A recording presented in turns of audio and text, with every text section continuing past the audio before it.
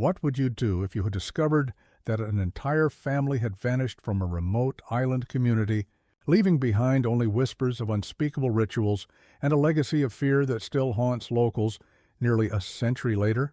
The cool Atlantic breeze carries secrets across the jagged cliffs of Ilha dos Corvos, where the crumbling remains of the Caetano estate stand as a silent monument to one of the most disturbing cases in Portuguese colonial history.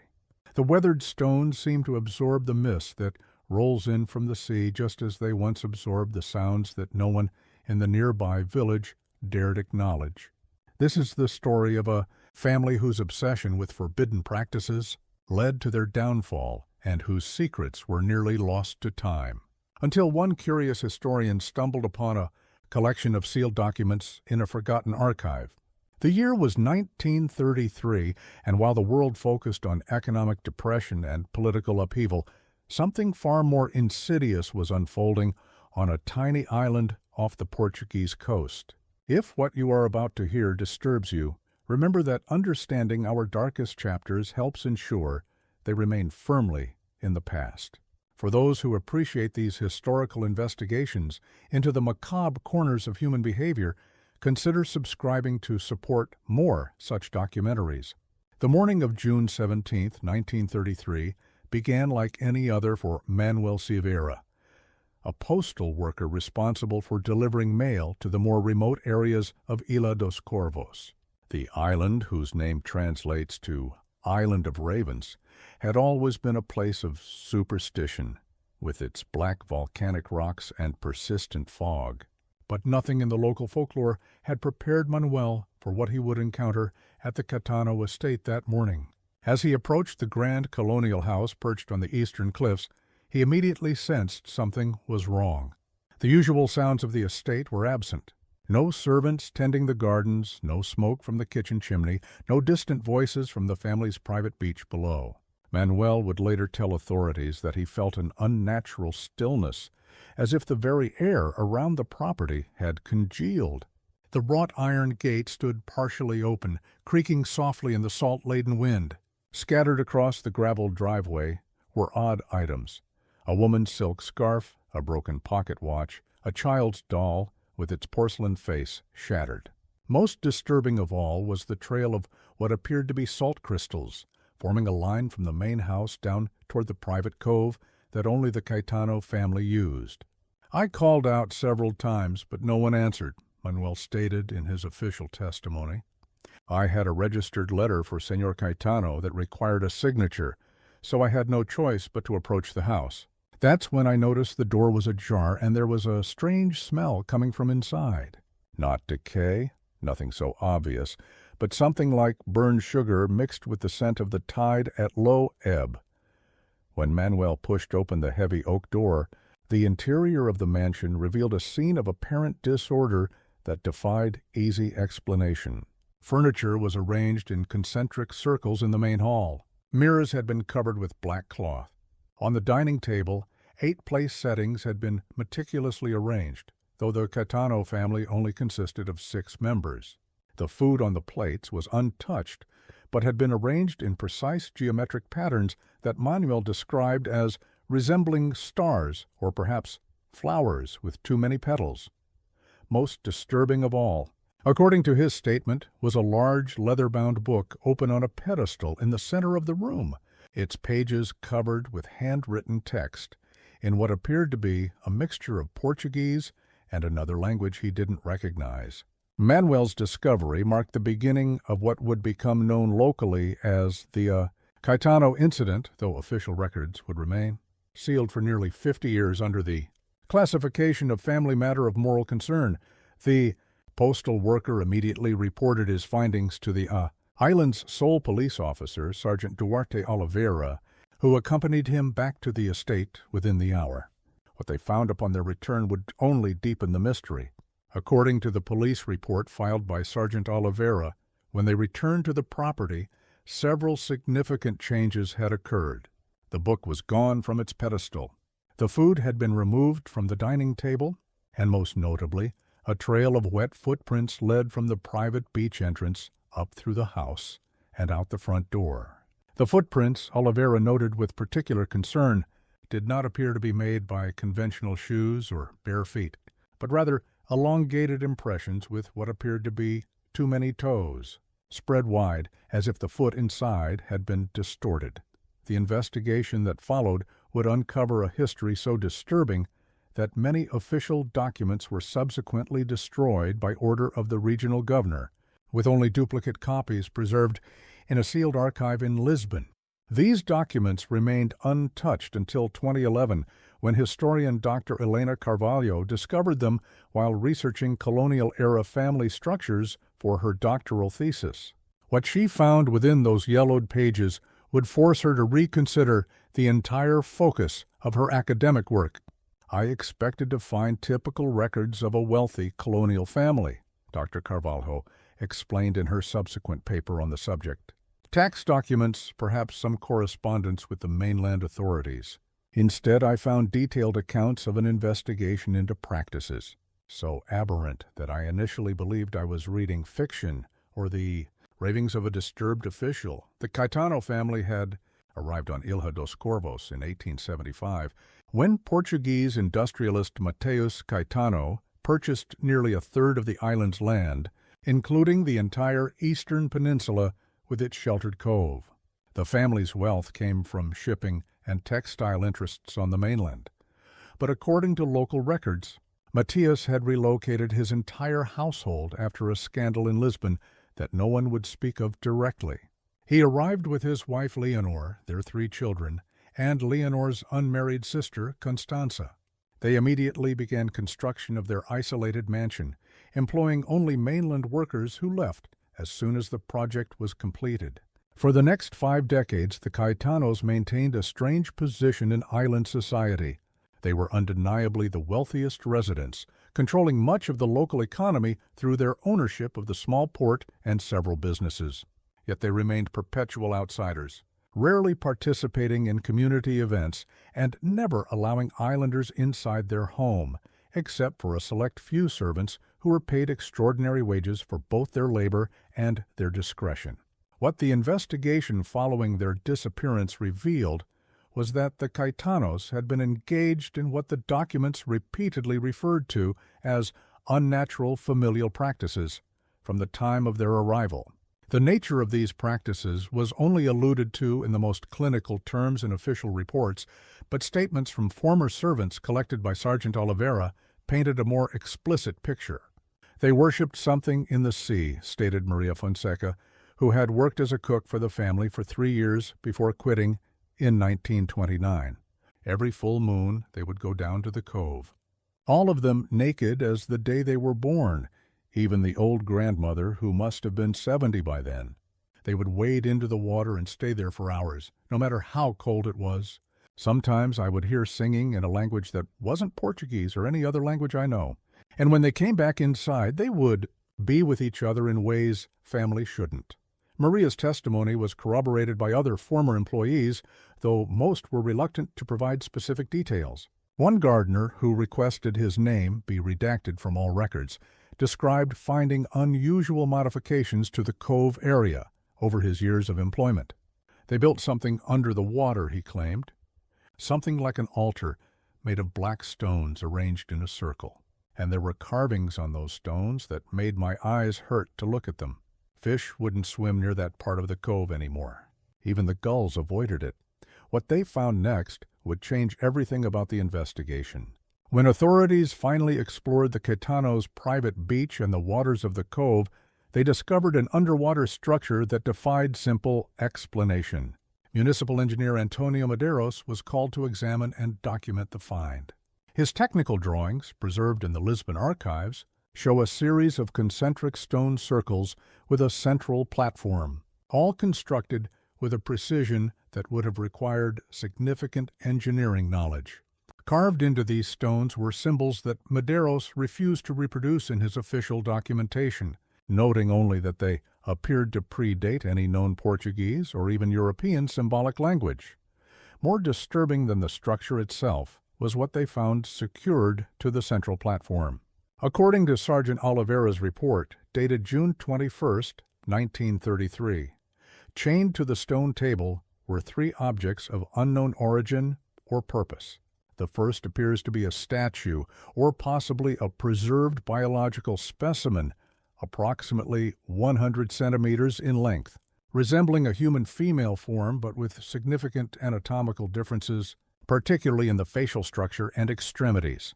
The second object is a sphere of some metallic substance that emits a faint glow and seems to change color when viewed from different angles.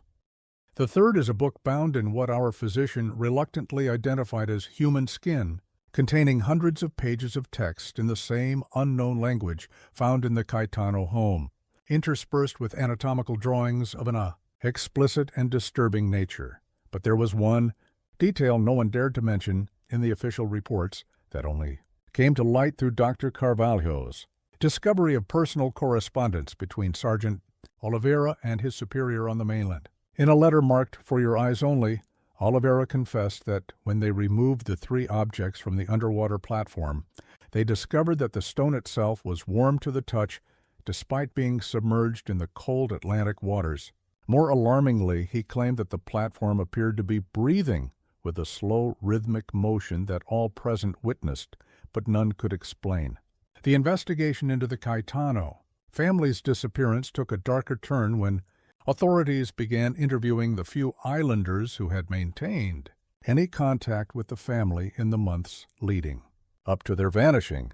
Teresa Duarte, who delivered fresh fish to the estate twice weekly, reported increasingly strange behavior from all family members. They began to look different, she stated. Their skin had a sheen to it, almost like it was damp even when they were indoors. Their eyes seemed larger, and the whites had taken on a yellowish tint. The youngest daughter, Mariana, who would have been about 16 then, had developed strange ridges along her neck that she tried to hide with high collars and scarves. When I asked if she was ill, her mother gave me such a look of hatred that I never inquired again. According to financial records found in Mateus Caetano's study, the family had been making substantial purchases of salt, formaldehyde, and various chemicals typically used in preservation. They had also imported specialized glass tanks from Germany, along with equipment for maintaining water at specific temperatures and salinities. None of these items were found on the property during the initial search, leading investigators to speculate that they had been moved to another location or destroyed. However, detailed examination of the mansion's architecture revealed something even more disturbing. Behind a false wall in the cellar, investigators discovered a hidden chamber that connected to a natural sea cave below the property. This chamber, according to Sergeant Oliveira's report, contained evidence of extensive biological experimentation of a nature that cannot be fully detailed in this document. What he did record was the discovery of numerous journals written in Mateus Caetano's hand, documenting what appeared to be attempts to achieve permanent transformation through controlled breeding and chemical catalysts. Accompanying these journals were detailed family trees tracing the Caetano lineage back nearly 300 years, with certain individuals marked with strange symbols. Alongside these were anatomical drawings showing human figures with progressive physical alterations, elongated fingers with developing webbing, changes to the structure of the ribcage and spine, and modifications to the respiratory system that suggested an attempt to enable underwater breathing. But what had happened to the family themselves? Despite an island-wide search involving police from the mainland and even military personnel, no trace of the 6 Caetanos was ever officially found. No bodies, no luggage suggesting escape, not even personal items one would normally take when leaving permanently. It was as if they had simply walked into the sea and disappeared. Until one piece of the puzzle revealed the unthinkable 7 months later, when a fishing boat operating near the island caught something unusual in their nets. The official report described it as a humanoid specimen showing significant aquatic adaptations, with webbed extremities, gill-like structures along the rib cage, and a facial structure that, while severely distorted, retained enough human characteristics to match dental records with those of Mariana Caetano, the youngest daughter of the family. The specimen was immediately confiscated by mainland authorities and transported to Lisbon for examination. Dr. Miguel Santos, the government physician who performed the examination, provided a clinical account that stops just short of the impossible. The subject appears to be in a state of incomplete metamorphosis between human and some unknown marine form. While genetic testing was not available in 1934, bone structure and dental records confirm this was once Mariana Caetano. The modifications to her anatomy are extensive and show both surgical intervention and what appears to be genuine biological adaptation. The latter should not be scientifically possible in a single generation, yet the evidence suggests otherwise. Dr. Santos noted with particular concern that many of the anatomical changes matched precisely the progressive modifications illustrated in Mateus Caetano's journals, suggesting that whatever process the family had initiated had followed their anticipated course.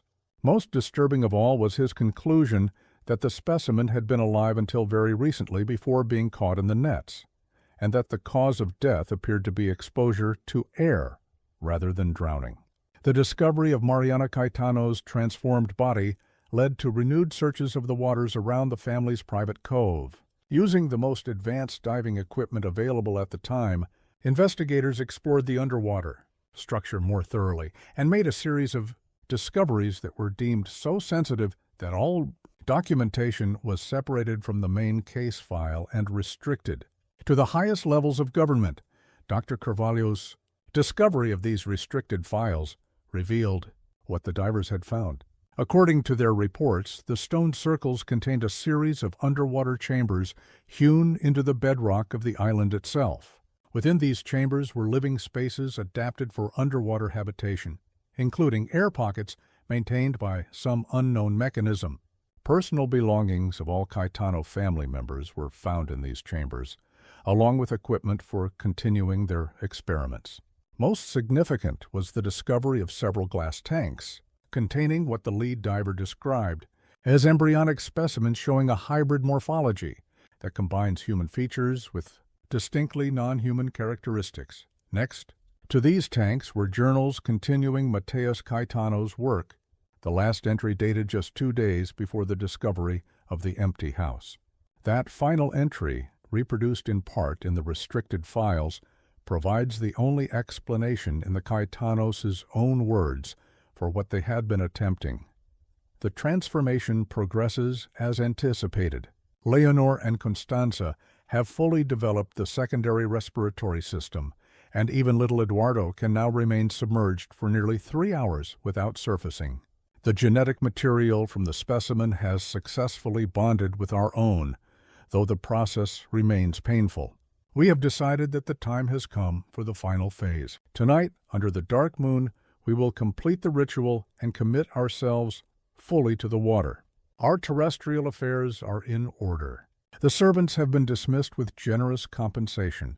Soon we will join our true ancestors beneath the waves, where we will complete our evolution and fulfill the pact made by my great-grandfather when he first encountered them off the coast of Brazil in 1768. If any should find this record, know that we go willingly to claim our rightful heritage. We are not the first family to make this journey, and we will not be the last.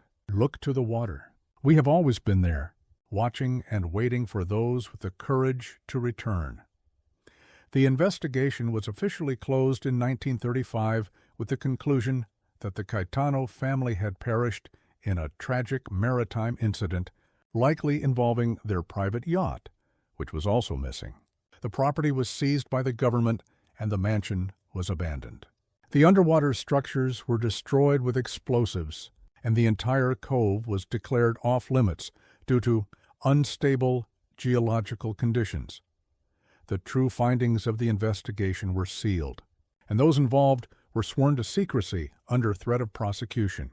However, no one could silence the island's residents, who developed their own understanding of what had happened to the Caetano family. Local legends speak of strange figures, sometimes seen swimming in the waters near the abandoned estate, particularly on moonless nights. Fishermen report unusual interference with their equipment when operating near the eastern peninsula, and several have described hearing what sounds like singing coming from beneath the waves, in a language no one recognizes. In 1958, a team of geologists studying the island's volcanic structures reported an unusual discovery near the former Caetano Cove. Although the underwater stone circles had supposedly been destroyed, sonar mapping revealed new structures in deeper water, nearly half a kilometer from shore.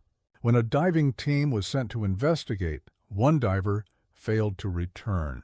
The others reported seeing movement at the edge of visibility and feeling watched by intelligent presences.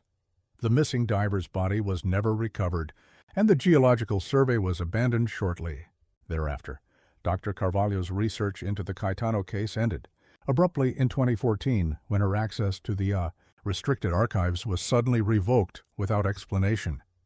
Her subsequent requests for information were denied, and her partially completed manuscript on the subject was rejected by multiple academic publishers, citing ethical concerns and unsubstantiated claims. I was told in no uncertain terms to pursue other research interests, Dr. Carvalho revealed in a rare interview before her academic career ended. What I found most disturbing was not the historical case itself, but the active suppression of information still occurring nearly 80 years later. Someone doesn't want this story told, which only makes me more certain that there's more to it than even I discovered. The most recent chapter in this disturbing saga came in 2020, when marine biologists conducting a census of Atlantic marine life reported unusual genetic anomalies in specimens collected near Ilha dos Corvos. DNA sequencing revealed what one researcher described as impossible hybridization between human genetic markers and an unidentified marine species. The study was discontinued shortly after these findings were reported internally, and no public paper was ever published. What makes the Caetano case particularly disturbing is not just the nature of their experiments or their apparent transformation, but the implication in Mateus Caetano's final journal entry that they were not unique. His reference to other families making this journey suggests an organized effort spanning generations and possibly continents. The mention of a pact made in Brazil in the 18th century indicates a much longer history than the official investigation ever uncovered. Portuguese naval records from the colonial period, which Dr. Carvalho managed to access before her research was terminated, show that Mateus Caetano's great-grandfather, Antonio Caetano, had indeed been a ship's captain operating between Portugal and its Brazilian colonies. In 1768, his vessel was reported missing for 3 months before mysteriously reappearing off the coast of Lisbon with Antonio the sole survivor. According to the official report, he claimed to have been the only one spared from a fever that killed his crew, but witnesses described him as changed in aspect and manner, as if he were no longer fully himself. Antonio Caetano subsequently amassed considerable wealth through means that were never fully explained and established the family's shipping business. Historical records show that each generation of Caetanos thereafter showed an unusual interest in marine biology, often funding expeditions to study deep-sea life. Several family members were noted for their eccentricities, particularly an aversion to bright light and a preference for cold, damp environments. The legal consequences of the Caetano case were surprisingly limited, despite evidence of what would now be classified as medical experimentation, desecration of human remains, and possibly murder, given the human skin used to bind one of the books. No charges were ever filed against any surviving family members, if indeed any survived in human form. The entire matter was treated as a private family tragedy, with public records showing only that the estate was reclaimed by the government due to abandonment. The social impact on Ilha dos Corvos was more profound and lasting. Many families chose to leave the island in the years following the incident, citing an uncomfortable atmosphere and declining economic opportunities after the closure of Caetano-owned businesses. Those who remained developed strict taboos regarding the eastern peninsula. Children were taught never to swim in certain areas, and a local tradition began of performing protective rituals before fishing vessels left port. By the 1970s, the island's population had dwindled to less than 100 residents, most elderly. Today, it is primarily a nature reserve with a small seasonal tourism industry focused on birdwatching and hiking, though guides uniformly refuse to take visitors to the ruins of the Caetano estate, which continues to decay on its clifftop perch. The scientific implications of the case, if the evidence is taken at face value, are profoundly disturbing. The Caetano experiment suggests possibilities of human transformation that modern biology would consider impossible. Dr. Santos's examination of the transformed Mariana Caetano described physiological changes that would require fundamental genetic restructuring far beyond what medical science of the 1930s could achieve, or even what current genetic engineering can accomplish. More troubling is the ecological question of what might still exist in the waters around Ilha dos Corvos. If the Caetano family truly did transform themselves and continue to live beneath the waves, what has happened to them in the intervening decades? Have they reproduced, evolved further, created an underwater society? The reports of genetic anomalies in marine life near the island suggest an ongoing influence that defies conventional explanation. From an anthropological perspective, the Caetano case represents a dark intersection of wealth, isolation, and obsession. The family's ability to pursue their disturbing goals was facilitated by their economic power and the remote location they chose. Island communities, with their limited resources and dependency on wealthy patrons, can be particularly vulnerable to exploitation by those with aberrant intentions. Dr. Carvalho, before the abrupt end of her research, had begun exploring connections between the Caetano case and similar incidents in other coastal regions around the world. She identified several wealthy families with maritime connections who had similarly withdrawn from society to isolated coastal properties, only to disappear under mysterious circumstances. In each case, local legends subsequently emerged about strange figures seen in nearby waters. There's a pattern that becomes visible once you know what to look for, she noted in her unpublished research notes. Wealthy family with shipping connections, purchase of isolated coastal property, importation of specialized equipment, gradual withdrawal from society, reports of physical changes observed by servants or delivery people, and finally a disappearance that is never fully explained. I've found at least 7 cases that follow this template between 1850 and 1960 on 3 different continents.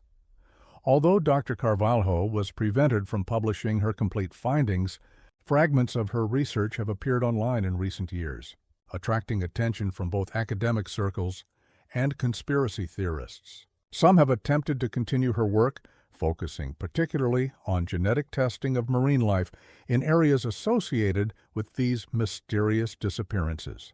One independent researcher, who publishes online under the pseudonym Deep Dweller, claims to have obtained tissue samples from unusual marine specimens captured near former Caetano properties in both Portugal and Brazil.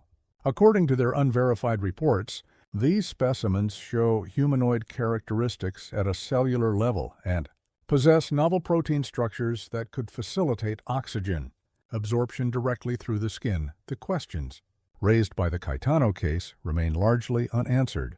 Was this a case of mass delusion, elaborate fraud, or genuine transformation? Did the family perish in their misguided experiments, or did they achieve their apparent goal of underwater existence? And perhaps most disturbingly, if Mateus Caetano's final journal entry is to be believed, how many other families have followed this same path throughout history? What we know with certainty is that in 1933, 6 members of a wealthy Portuguese family vanished from their island estate, leaving behind evidence of disturbing experiments aimed at transforming themselves into marine creatures. One family member was later found in a partially transformed state that defied medical explanation. Underwater structures were discovered that suggested preparation for subaquatic habitation, and genetic anomalies continue to be reported in marine life surrounding the area nearly a century later. For those living near Ilha dos Corvos, the legacy of the Caetanos is not an abstract historical curiosity, but a living presence that continues to influence local culture. Fishermen still avoid certain waters after dark. Parents still warn children not to swim too far from shore. And on quiet nights, when the fog rolls in from the Atlantic, some claim to hear distant singing in an unknown language, coming from somewhere beneath the waves. Perhaps the most unsettling aspect of this case is not what we know, but what remains hidden. Dr. Carvalho's research was halted before she could fully explore the connections between the Caetano incident and similar cases worldwide. The Portuguese government continues to restrict access to the complete case files, and marine biologists report ongoing interference with research conducted in waters near the former Caetano property. As recently as last year, a documentary film crew attempting to explore the underwater area near the Caetano Cove reported equipment failures and unusual sonar readings that their technical experts could not explain. Their permits were revoked before they could complete their work, citing environmental concerns that were never specifically detailed. If the Caetanos did indeed transform themselves through some combination of forbidden science and ancient ritual, what does that suggest about the malleable nature of human biology? And if such transformation is possible, who else might have attempted it throughout history? The ocean's depths remain largely unexplored, with new species discovered regularly. Could some of these discoveries be not entirely natural in origin? The case of the Caetano family serves as a disturbing reminder of how quickly human nature can be corrupted by obsession, and how easily the boundary between science and madness can blur in isolation. It also raises profound questions about what might exist in the liminal spaces between established categories of life, neither fully human nor fully other, watching from the shadows beneath the waves. For the residents of Ilha dos Corvos, the empty mansion on the cliff stands as a monument to these unanswered questions. Though tourism officials have occasionally suggested renovating the property as a historical attraction, local opposition has always prevented such plans from proceeding. The current caretaker of the island's small museum, Manuel Oliveira, grandson of the sergeant who led the original investigation, perhaps best summarized the community's feelings when he said, "Some doors are better left closed, some places better left unvisited. The Caetanos made their choice. Let them keep their secrets beneath the water, where they belong. And yet, on nights when the moon is absent and the tide is high, fishermen still report seeing lights moving beneath the surface near the eastern peninsula. Electronic equipment malfunctions with unusual frequency in those waters, and occasionally, though no one will admit it officially, unidentifiable footprints are found on the beach below the abandoned mansion, leading from the water to the sealed entrance of the sea cave and back again. What goes on in the depths beyond human sight? What legacy did the Caetanos leave behind in the cold Atlantic waters? And most disturbing of all, if their transformation was successful and they have continued to reproduce in their new form, how many of their descendants might now be watching from just beyond the reach of our vision, waiting for the right moment to make contact with those they left behind on land? The answers, if they exist, remain hidden beneath the waves in the company of whatever the Caetano family became.